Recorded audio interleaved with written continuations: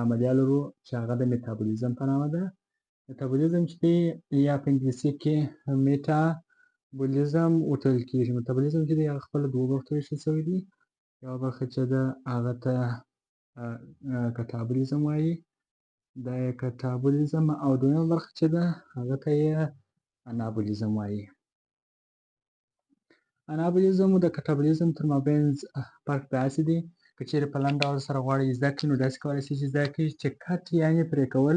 نو کټابولیزم هغه عملیه ده چې لوی کیمیاوي اجزاوې ویشي پر کوچنیو چې لوی کیمیاوي مواد ویشي پر کوچنیو کیمیاوي ټوټو باندې د هغه څخه انرژي ازادوي. لکه ای ټي پي ده چې د خیره د کیمیاوي عملیې په نتیجه کې په ای ډي پي باندې بدل سي. ای ډي پي او یوه دانه فاسفیټ ګروپ ورڅخه ازاد سي او زیاته انرژي ازاده کړي. او بل چې دی د خیره هغه موږ او تاسې انابولیزم لرو. انابولیزم چې دی هغه د هغه عملیه ده چې د هغه په جریان کې دغه لاسته راځي، کوچني کوچني ټوټې چې دي هغه په غټو ټوټو سره بدلېږي.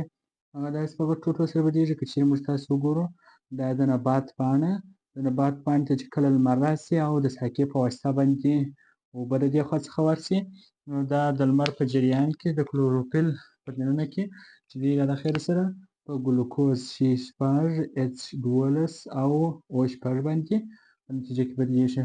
نو که چېرې لنډه پروسه وکړو، پروسه یې داسې ده چې H2O یعنې اوبه جمع څه شي جمع کاربن ډای اکساید جمع په جریان کې د لمر رڼا او کلوروفیل هم ورسره وي، دا راځي په ګلوکوز باندې بدلېږي چې دا کوچني ټوټې سره یوځای شوي او غټ ټوټه یې جوړ کړي، دې ته انابولیزم وایي. او چې کوچني غټ ټوټې سره راولاړ شي په کوچنیو ټوټو باندې تجزیه شي او انرژي ازاده کړي، دې ته کټابولیزم وایي. نو که چېرې په لنډ ډول یې زده کړو، کټابولیزم چې دی هغه د انسانانو په بدن کې ترسره کېږي. انسانان چې ټول عمر انرژي را اخلي، ویشي یې او انرژي ترلاسه کوي، یو خواړه وخوري او ګلوکوز دی هغه ویشي او په انرژي باندې بدلېږي.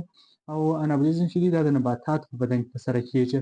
نو دغه عمومي حیوانات انسانان هم ویلی سو، حیوانان هم هغه د انسانان د حیوانانو په ټولګې کې شامل دي.